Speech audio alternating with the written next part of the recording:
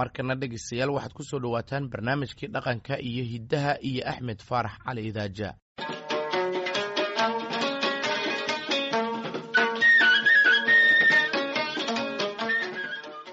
waa barnaamijkii dhaqanka iyo hiddaha ee laanta af Soomaaliga ee VOA-da iyo qayb lixaad oo ku saabsan sheekadii Waasuge iyo Warsame sodcaalkii 30 maalmood qalinkii Allah u naxariistay Xuseen Sheekh Axmed Kadare.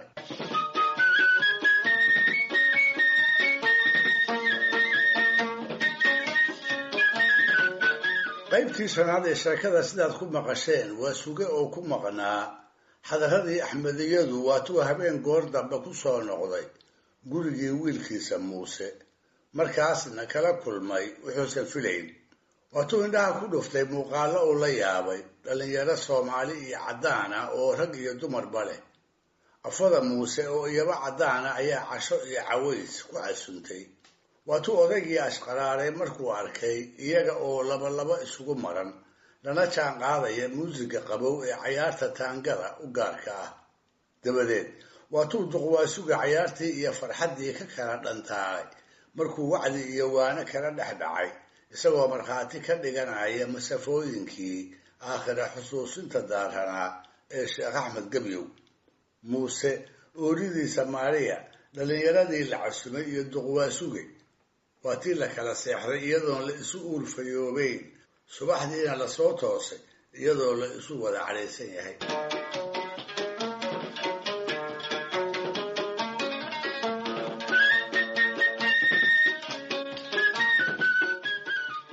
quraacdii kadib ayaa haddaba Muuse wuxuu aabihii ku bilaabay sheeko ku saabsan waxyaalihii xalay dhacay. waxaase u barbariyey in si aan rasmi ahayn oo iska maandhugada uu odaga ugala tashado xaajo uu maalmaha ku talamayay Maariyana ay la ogeyd. Muuse markuu isiiri duqa caradii way ka degtay ayuu si qabow u yidhi, aabe waxaan jeclaystay inaan kula socodsiiyo kaalana tashado tala aniga iyo Maariya aan goosanay kuna saabsan inaan shaqada dowladda ka tago dibaddana iska aadno. waxay ila tahay inaad adiguba garan kartid sababta nagu kallifaysa arrintaa.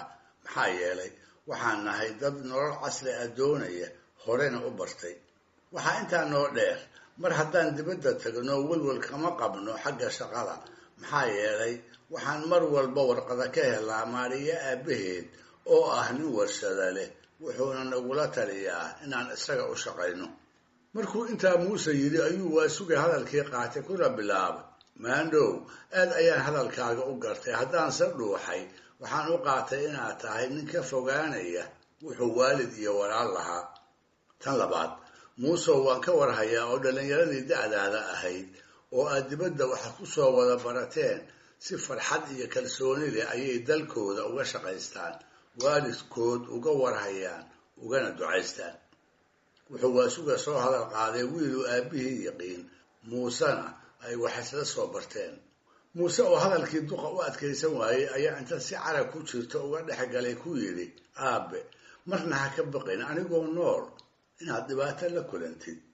waxaan kaa ballan qaadayaa inaan bil walba lacag kuu soo diro. intaas uu Muuse faanka qubaayo Waasuge feeraha ayuu ka qoslayaa. maxaa yeelay wiilkiisa ayaa u miisaaman wuuna ku rajo gaaban yahay. Muuse oo faankii weli shubaaya ayuu Waasuge hadalkii ka qaatay oo wiilkiisii u jeediyey erayo isugu jira waano iyo canaan intaba. ugu dambaystiina wuxuu hadalkiisii ku cusleeyey murtida Soomaalida wuxuuna Muuse u tirshay gabaygii Xaaji Aadan Afqalooc oo ahaa 7 tegey mid weli soo socday saaka waxa jooga saddexdaa waqtiba xaal adduun lagu sifeeyay soo noqod ma jiro. shalay wixii saadufoo dhacay waxa saa dambeetiya barina waa su'aal maqane waxay taladu kuu suuban tahay subaxaad joogtay.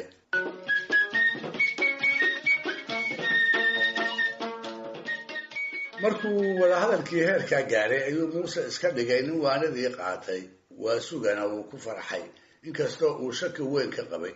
markaasuu Muuse afar faataxa u maray uguna duceeyey inuu dalkiisa ka shaqaysto, dadkiisa la noolaado, waalidkiina ka ducaysto. sidaas ayaana wada hadalkoodii subaxa ku dhamaaday. 5 maalmood kadib ayuu waasuga goor subaxa wuxuu aaday suuqa xoolaha isagoo dantiisu tahay inuu kasoo fiiriyo dad baadiye ka yimid oo uu reerihii ka waraysto. maalintaas ayayna waasuge iyo warsame si lama filaana suuqaas ugu kulmeen. waa isla maalintii dirir iyo warsame ay adhiga kasoo iibsanayeen. lagama sheekayn karo siduu mid waliba u farxay markay is arkeen. maalintaa waxay isku fureen murtidii ku gaaxatay intay kala maqnaayeen. dirir iyo waasuge ayuu warsame isbaray, kadibna waxay wadajir uga shaah doonteen maqaayad suuqa u dhoweyd. intii ay sii socdeen waxay isu sii sheegayeen halka uu mid waliba magaalada ka joogay muddadii ay kala maqnaayeen. labada oday waxay u hadlayeen si tanaaga ah oo farxadi ku jirto. markaasaa qofkay soo agmaraanba dib u soo dhuganayay, dadka qaarna kuba qoslay. makhaayadii ayay tageen. shaah ayaa loo keenay. warsame ayaa markaa hadlay oo yidhi, waa sugow, waxaad iiga warantaa gabadhii caddaanka ahayd oo wiilkaagu qabay. mase leedahay shuruudihii odayaasha soomaalidu ku qiimayn jireen gabadha la guursanayo, kuwaasoo odhan jiray qofta aad guursanaysid waa inay lahaataa 5 waxyaalood oo kale ah: itaalnimeed, aqbal naageed, arrinkeen waayeel, af muslin iyo anshax culimo.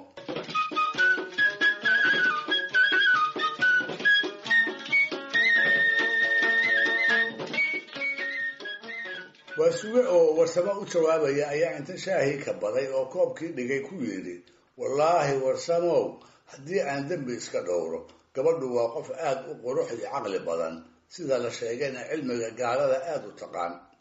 waasuge cilmiga u diinta islaamka wixii ka soo harana umaba danqado.